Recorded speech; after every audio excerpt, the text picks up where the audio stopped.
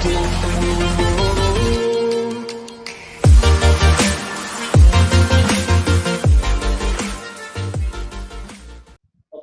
So today topic which we are going to take is heating effect of electric current. ये topic हम लोग 10th में आ चुके हैं इसके अक्रॉस. तो heating effect of electric current basically हमको डे टू डे लाइफ में कहाँ देखने मिलता है. हमारे घर में बहुत सारी अप्लायंसेज हैं जो कि इलेक्ट्रिसिटी लेकर के किसी न किसी प्रकार से हमको हीट देते हैं. For example the iron, the press used for ironing our clothes, heaters, the old days heaters in which a resistant coil was used. We used to glow red and give us heat. Even heat is produced in the devices such as bulbs and etc., which are running on electricity. Although it is the waste which is getting, we are getting in the form of heat, because a bulb is supposed to give us light, not to produce heat, but still the heat is produced over there. So we came across numerous examples in our life where we are using electricity to produce heat. Okay, induction is also induction cooker is also an example where we produce heat. Basically, that is not a conductive heat process; it is a convective heat process. So it is not considered as a best example. So now, where do you see heating effect? And by these examples, you understand that electricity can be used to produce heat also where required. So what are the reasons behind a object producing heat? That those are basically the resistance which is responsible of the conductor, which is given by the flow to the flow of electron inside the conductor. The more the value of resistance, more will be the heat resistance, and the more will be the heat produced inside the conductor. So what is the amount of heat produced inside the conductor? That we have to know. The formula will derive how much amount of heat produced inside a conductor and on what factors does it depend. Nextly, foremost example, suppose you are ironing clothes. Yes. Sir. Okay. Now, when a press which is connected to the electric circuit or the board switch over in your home, you might have seen that press or the lower surface of the press, it becomes hot, and no other part of the press becomes hot. Or it should be a matter of thinking that the wire which is connected to the plug and is bringing electricity to the press, through that wire also the amount of electricity flowing which is making the iron so hot is also the same which is flowing through that wire. So why doesn't the wire get so much hot and the press becomes so hot on receiving the same amount of electricity? It is because of the nature of the material which is present inside the press, which is receiving the electricity and is majorly producing heating effect. So not every or all metals produce the same amount of heating effect when electricity of same amount is passed to them. So that is also a major concern. So let us derive from here. At least it was clear that the heating effect is produced inside a conductor, and it is only because of the resistance provided. And depending upon the amount of resistance which the material provides, it produces more amount of heating effect also. Okay. So next topic. So to determine how much amount of electric current produces what amount of heat, we will go through Joule's law of heating effect. So the topic under which we will study amount of heat produced inside a conductor relates to Joule's law of heating effect. Joule's law of heating. What does Joule's law of heating effect do? Okay. If we consider that amount of heat produced inside a conductor is denoted by H, heat is also a form of energy. You should remember that. So H is directly proportional to the heat produced हो रहा है, it is directly proportional to square of the current flowing through it. The current which is flowing through the conductor, if it is of 1 ampere, the heat produced in it would be square of it. 2 amperes, it would be square of it, and it will not be equal to, it will be proportional. That proportionality sign over here is dependent upon the physical condition and whatever material we are using. Okay. Second part is the Joule's law states.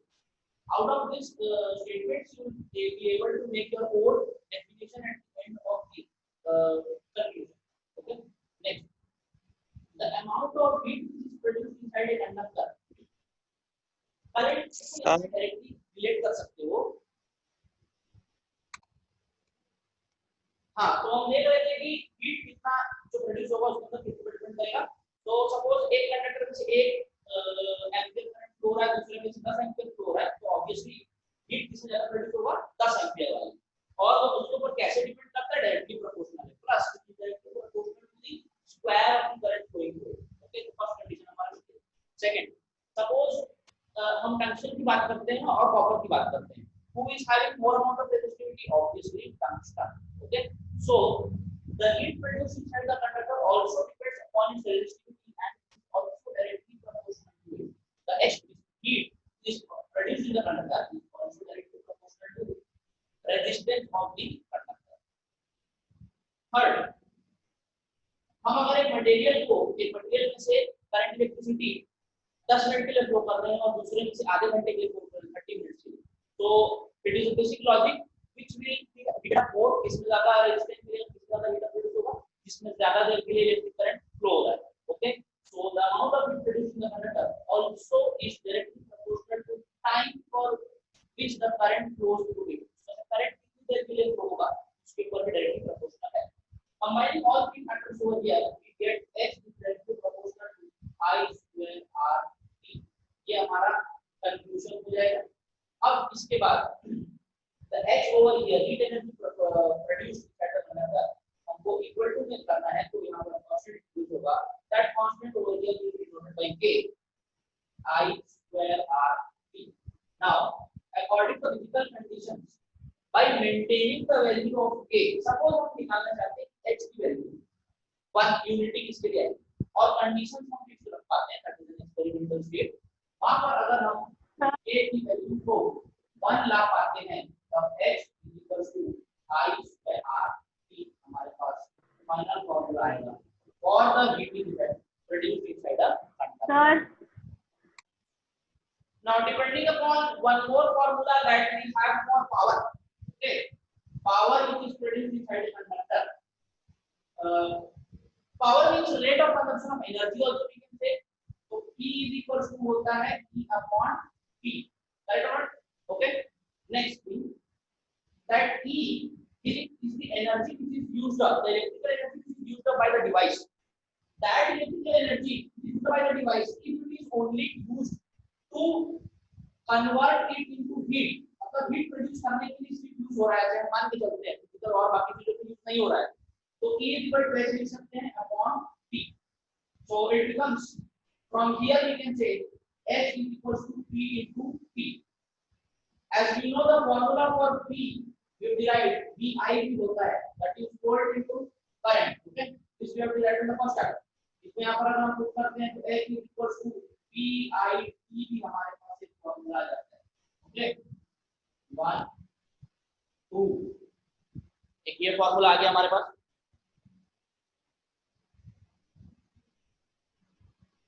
H is equal to VI2. अब यहाँ पर देखो I के terms में आ गया V के जगह पर इक्वल टू I लगा सकते हो हम. तो if V equal to IR from ohm's law हमको पता है, ठीक है, वहां पर डाल देंगे H इक्वल टू V की जगह I R into I T, that becomes I square R T. ये आ गया हमारा फार्मूला फॉर्मूला देखो. ओके, अब इसी फॉर्मूला में I की जगह पर अगर हम लोग यहां से I equal to P by R डालते हैं तब कितना होता है देख लो. H इज इक्वल टू इस फॉर्मूला में I की जगह P बाई R कितना हो जाएगा V into V by R into T. This becomes H equal to V square by R T. एक ये फॉर्मूला दिया है, ठीक है. So we derived three formulas basically, I square R T VIT and V square by R T for the amount of heat produced inside a conductor. One more small topic which we will take today is commercial unit of energy. Basically हम लोग यहाँ पर एक unit of energy का value देखेंगे। Energy के लिए जो एसआई यूनिट होता है वो हमको पता है जूल्स होता है। ओके, सो अब हमको कमर्शियल स्केल मतलब if you why do we need this sort of form of unit? Why do we need? Why? Because just have a look. P is equals to E upon T होता है ये होता है। Okay, P is equal to E upon T. This P over here demonstrates the power rating of an appliance. Whenever an electrical appliance is available in the market and you are using it in your home, or suppose it is a bulb of 60 watt. Example, a bulb of 60 watt अगर है, that 60 watt denotes ये watt की जगह हम लोग joule per second भी लिख सकते हैं। Why? Because ऐसा unit of power is joule watt, which is actually joule per second. तो अगर एक बल्ब के ऊपर 60 watt लिखा हुआ है, this means the bulb is consuming electrical energy at the rate of 60 joules per second। एक बल्ब एक सेकंड में 60 जूल एनर्जी खा रहा है, जो 60 वाट का लिखा हुआ। अब वो बल्ब एक घंटे में कितना खाता होगा? एक मिनट के बाद फिर एक घंटा, फिर एक दिन में कम से कम 6 घंटा चलता होगा। ऐसे ही आपके घर में कम से कम 6-7 बल्ब होंगे, प्लस फैन होगा 150 वाट का, प्लस टीवी होगा, अप्लायंस होगा, बड़े बड़े अगर सपोज एसी है। So you can imagine the amount of energy they are consuming in 1 second. Similarly, the amount of energy in multiple they are consuming in hour, in a day, in a week and a month. तो अगर आपको last में आपके घर पर वो बिजली का बिल देने आता है और अगर लोग जूल के हिसाब से काउंट करेगा कि कितना जूल आपने एनर्जी कंज्यूम किया है, तो वो बिजली का बिल कितना बड़ा ना होकर के आपको बहुत बड़ा जैसे मोबाइल में मिलता है वो वाला। So that you are from here we can say if you are calculating energy in terms of joules consumed in your home, then it is not possible because the digits you will be getting will not be feasible. It will not be feasible for calculation. So for that same purpose we need a larger unit of energy. एक बड़ा unit चाहिए मेरे को energy का। That is helpful by giving commercial unit of energy. Now what is commercial unit of energy? Commercial unit of energy होता है kilowatt hour. Looking at this, there can be a misconception. It is written kilowatt. Kilowatt or watt is a unit for power, but also there is written hour. Okay, so we will see how much is 1 kilowatt hour in joules अगर हम convert करते हैं, और अगर ये joule में convert हो जाता है इसका मतलब it is the unit for energy. Okay, so 1 kilowatt hour, first of all हमको उसको किसमें कन्वर्ट करना है? SI kilowatt hour. सबसे पहले ये किलोवाट को वाट में कन्वर्ट करेंगे, क्योंकि SI एनर्जी क्या होता है? वाट। पावर क्या होता है? वाट होता है। सो 1 किलोवाट इज इक्वल टू 1000 वाट हो जाएगा, मल्टीप्लाइड बाय टाइम किसमें दिया हुआ है? आवर्स में दिया हुआ है, और हमको किसमें लेना चाहिए? SI के लिए सेकंड में। तो 1 hour is equal to 60 minute multiplied by 60 second. Okay, तो ये कन्वर्ट होगा किसमें? SI में। This becomes equal to, अब ये watt की जगह पर मैं जूल पर सेकंड लिख सकता हूँ, बाकी को मल्टीप्लाई 60 into 60 3600, और ये 3 जीरो इज इक्वल टू 10 का पावर 5 लिख सकता हूँ, 3 और 2 5, okay 36 into 10 to power 5 multiplied by watt का क्या लिखूंगा? Joule per second into second. तो this second get cancelled out, this becomes, अगर मैं अब इसको आवर 41 में कन्वर्ट करता हूँ, तो दिस बिकम्स 3.6 10 का पावर 6 जूल। कहां से आया था? 1 kilowatt hour. So 1 kilowatt hour is equal to how much joules? 3.6 into 10 का power 6 joules. This is known as commercial unit of energy. ये जो जूल है कितना जूल एनर्जी जब आपके घर में कन्वर्ट हो जाता है, खत्म हो जाता है, कंज्यूम हो जाता है, then your meter ticks by 1, मतलब उसकी वैल्यू 1 बढ़ जाती है। तो आपने कितना जूल एनर्जी यूज कर लिया है, तब जाके आपका 1 यूनिट बढ़ता है आपके metre. Next again a small topic we will take today is efficiency of source of EMF. What is the source of EMF? A cell or a battery. उसकी एफिशिएंसी कितनी? कभी भी हम एफिशिएंसी की बात करते हैं, efficiency basically denoted by a Greek letter theta. Theta is that is always equals to output power upon input. ये समझो, output upon input. एफिशिएंसी का मतलब क्या होता है? How much a device which is taking energy is capable of converting it into a productive work is called its efficiency. तो basically हम हमेशा रेशियो निकालते हैं किसका, आउटपुट मतलब हमको कितना मिल रहा है और इनपुट हमने उसको कितना एनर्जी दिया. So over here also efficiency of an EMF source is determined by eta is equal to ratio of output power to input power. Input power. Power का फॉर्मूला हमारे पास है VI. ये फॉर्मूला आपको पता है या वी नो करके लिख सकते हो. Okay, this is equals to output power. तो हमको कहां मिल रहा है, वो टर्मिनल के एंड्स पर मिल रहा है सेल के. हमको अंदर का ईएमएफ कितना वो हमारे काम नहीं आ रहा है, भले वो उसको बढ़ाओ. ठीक है, तो हमने आउटपुट में मेरे को क्या मिला V और मेरे को क्या मिल जाएगा I.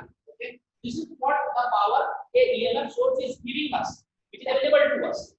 एंड इनपुट मतलब वो कितना खर्च रहा है, कितनी एनर्जी प्रोड्यूस कर रहा है, उसके इंटरनल रेजिस्टेंस के कारण उसकी वैल्यू कम हो रही है बट प्रोड्यूस होगी उतनी. तो हमारा इनपुट कितना हो जाएगा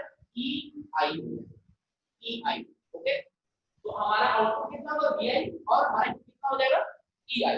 ओके, अब यहां पर हम लोग वैल्यू पुट करेंगे किसकी, I gets cancelled out, that is equal to V by E. ये बच रहा है.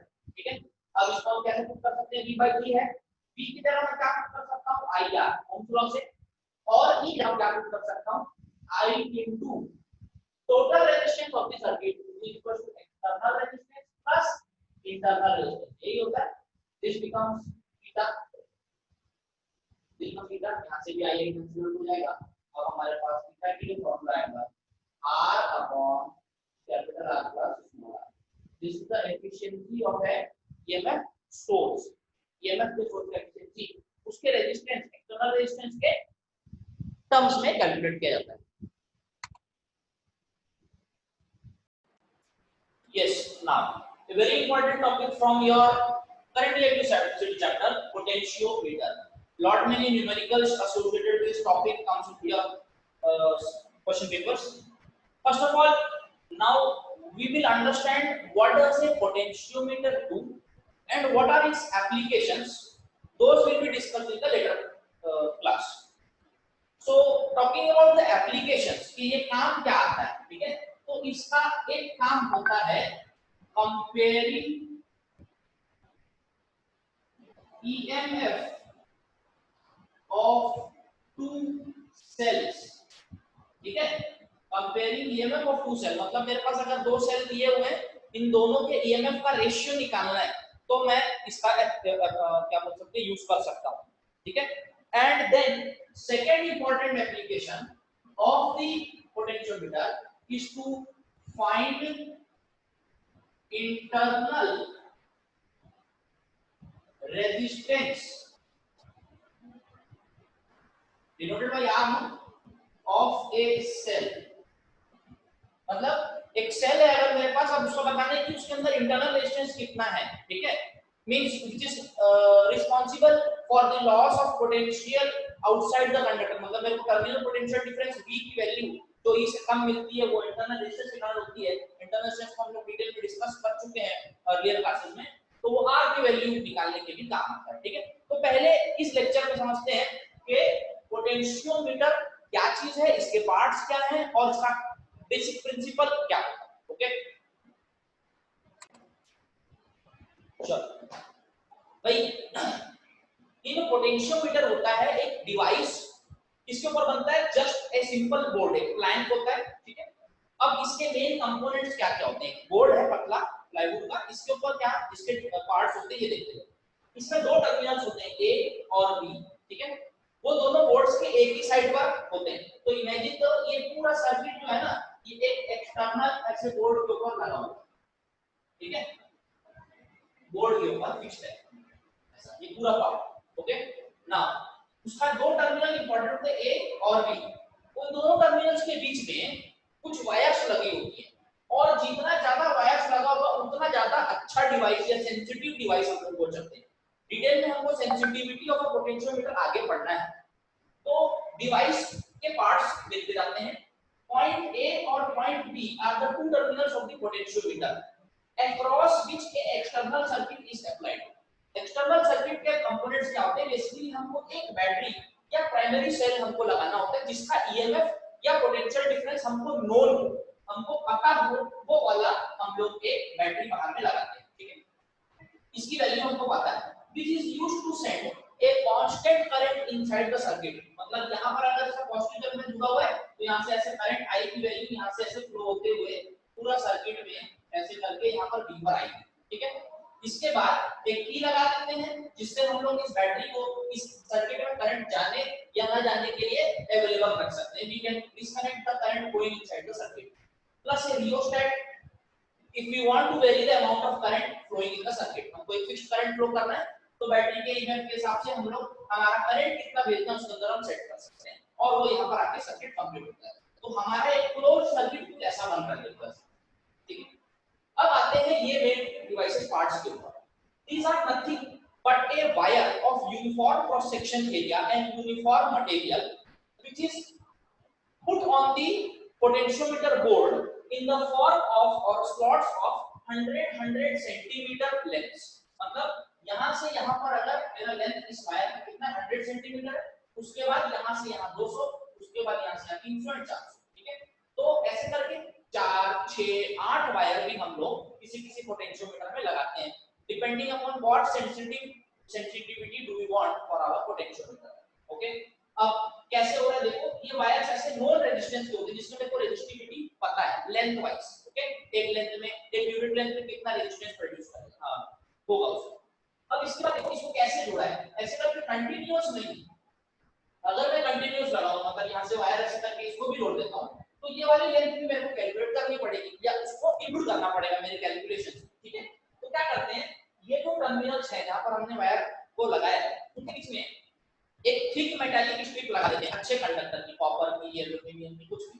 वो अगर थिक है तो हम लोग यहाँ का जो लेंथ है यहाँ का मतलब इस टर्मिनल से इस टर्मिनल के बीच का जो आना चाहिए उसको नेग्लिजिबल ले लेते हैं। क्यों? क्योंकि उसकी कंडक्टिविटी बहुत हाई होती है और ये क्योंकि मोटा है तो इसके कंपैरिजन में इसकी रेजिस्टिविटी काफी लेस होगी। तो क्या होगा, हम डायरेक्ट लेंथ को कैलकुलेट कर सकते हैं। एक वायर मतलब 100 सेंटीमीटर, दो मतलब 200, तीन मतलब 300, चार मतलब 400 सेंटीमीटर, ठीक है। अब इस बोर्ड में side by side along side 1 metre scale fit होता है, मतलब 0 से लेके 100 सेंटीमीटर तक के लिए, ठीक है। 1 मीटर स्केल होता है, ओके। जिसमें वुडन स्केल होता है जिसमें मार्किंग्स होती है पूरी 1 to 0 to 100 सेंटीमीटर। ये क्यों यूज होता है?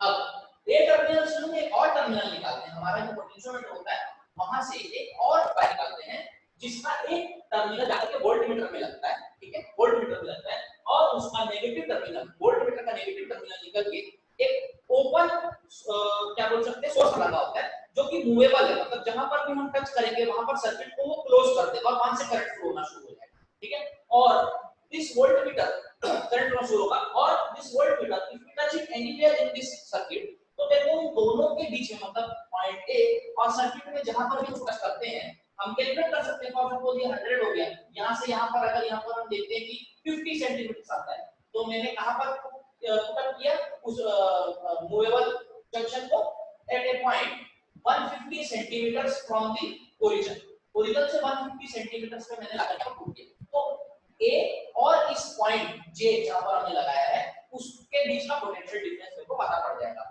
Bye the help of that moving connection which is known as a jockey. इसको हम क्या बोलते हैं? जॉकी बोलते हैं, जो कि मूवेबल है, मतलब हम उसको कहीं पर भी टच कर सकते हैं पूरे बोर्ड पर, ठीक है। एक प्रैक्टिकल होगा आपके 12th क्लास में, इसको डिस्कस करोगे आप लोग प्रैक्टिकली, ओके, ठीक है। उसको स्टार्ट तो हां यहां पर हमने टच किया हुआ ये for just for demonstration purpose है। तो these were all the parts of the potentiometer. अब काम कहां पर आता है, ठीक है, पोटेंशियोमीटर क्या काम आता है? पोटेंशियोमीटर कोई मतलब एकदम नया चीज नहीं करता है, basically it measures potential only. ये क्या करता है? पोटेंशियल डिफरेंस ही मेजर करता है, पोटेंशियल डिफरेंस, ठीक है। पोटेंशियल डिफरेंस मेजर करने के लिए मेरे पास वोल्टमीटर है तो मैं क्यों सोचूं कि मेरे को इतना डिवाइस कॉम्प्लेक्स क्यों चाहिए, ठीक है। वोल्टमीटर है उसको लगाऊंगा डिवाइस मेजर कर लूंगा, इसमें भी वोल्टमीटर यूज हुआ होगा, ठीक है। तो क्यों ऐसा, ठीक है।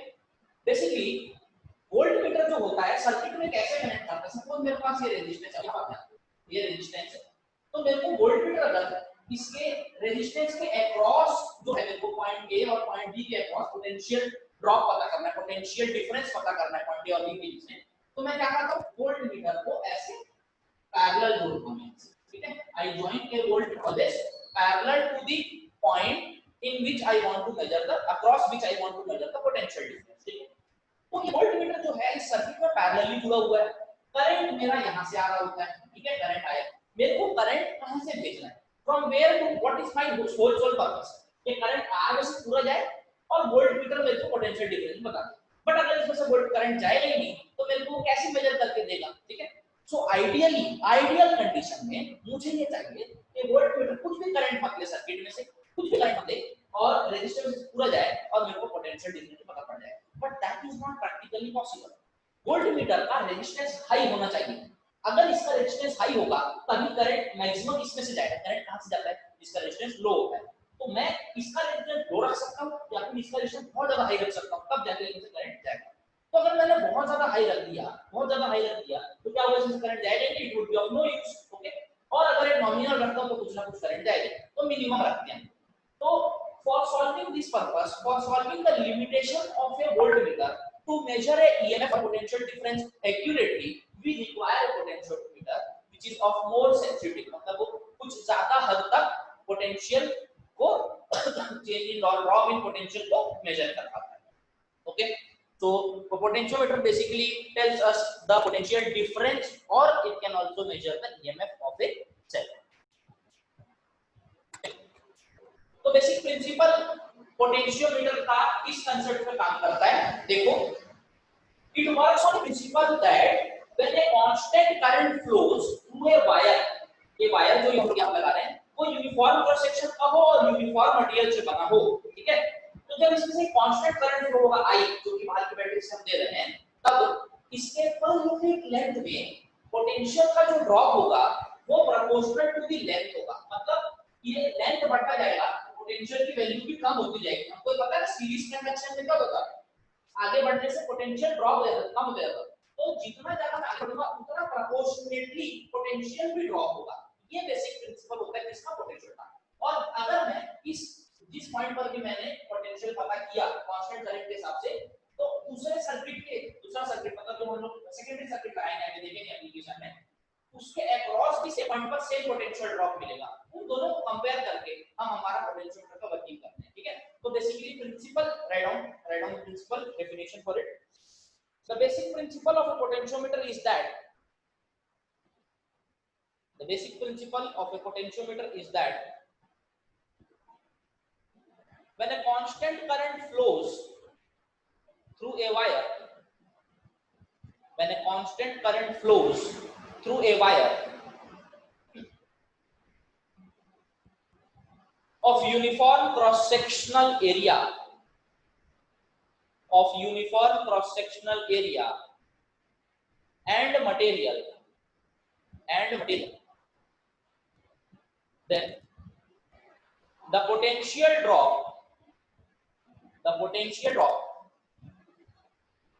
across the length of the wire is directly proportional to the length, the न लिखकर के दैट लेंथ भी कर सकते हो, मतलब जितना लेंथ हो गया, ओके, तो दैट लेंथ, ओके। ये हुआ प्रिंसिपल। अब हम देखते हैं कि फॉर्मूला कैसा होता है, जो हमने स्टेट किया उसको हम कैसे प्रूफ कर रहे हैं वो देखेंगे हम, ठीक है। हमको पता है ओम्स लॉ क्या बोलता है, P = IR बोलता है, ठीक है। R की जगह पे मैं ρL/A लिख सकता हूं, ये मेरा फॉर्मूला मेरे को पता है, 6 R = ρL/A, resistivity length upon area of cross section, ये लिख सकता हूं। अब यहां पर देखो क्या क्या कांस्टेंट है, देखते दो। आई जो इसमें से फ्लो हो रहा है, बैटरी ये वाला लगा रहा है, ये वाला करंट भी तो कांस्टेंट हो गया, ठीक है, ओके। रो रेजिस्टिविटी मतलब जो मटेरियल है वो यूनिफॉर्म है यहां से वहां तक, और एरिया ऑफ सेक्शन भी कांस्टेंट है। तो यहां पर से वेयर इस कंडीशन में where I rho by a = constant लिख लेना। आई रो बाय ए क्या है, कांस्टेंट है। तो मैं क्या लिख सकता हूं, B = K into क्या बात किया, सिर्फ L, ठीक है। यहाँ पर वेरिएबल क्या है, यहाँ पर भी मैं जॉकी पुट करूंगा वो मेरा लेंथ चेंज होता रहता है, तो मेरे पास वेरिएबल क्या होता है इस कंडीशन पे, सिर्फ लेंथ। मैं आगे पता करना चाहता हूँ तो यहाँ पर मेरा एल की वैल्यू अलग आएगी, यहाँ सब जगह अलग अलग एल की वैल्यू है, तो मैं क्या बोल सकता हूँ, P is directly proportional to L। देखो यहाँ से मेरा जो पोटेंशियल ड्रॉप है जो हमने स्टेटमेंट में लिखा is directly proportional to L, यहाँ पर पता पड़ रहा है, ठीक है। यहाँ पर से जो K है इसको एक टर्म डिफाइन किया जाता है where K इक्वल टू क्या हो जाएगा, V by L। अब इसको क्या हम बोलते हैं, this is known as potential gradient, potential gradient. क्या होता है पोटेंशियल ग्रेडियंट, देखो potential gradient is nothing but the ratio of V upon L, कितना potential per unit length drop हो रहा है, हम लेंथ बढ़ाते जाएंगे तो K की वैल्यू कम होती जाएगी, V की वैल्यू कम होती जाएगी, उसी का रेशियो पोटेंशियल ग्रेडियंट बोलते हैं। सपोज किसी में ज्यादा ग्रेटर मतलब लेंथ बढ़ने से ज्यादा रेजिस्टेंस बढ़ रहा है, पोटेंशियल भी ज्यादा तेजी से कम होगा, तो यहाँ पर K की वैल्यू उसकी कम आएगी, ठीक है, potential gradient. So potential gradient is defined as the drop in potential per unit length of a conducting wire, ठीक है। तो K का यहाँ पे डेफिनेशन हमको मिल रहा है, फॉर्मूला मिल रहा है, K is equal to potential gradient that is V by L, okay.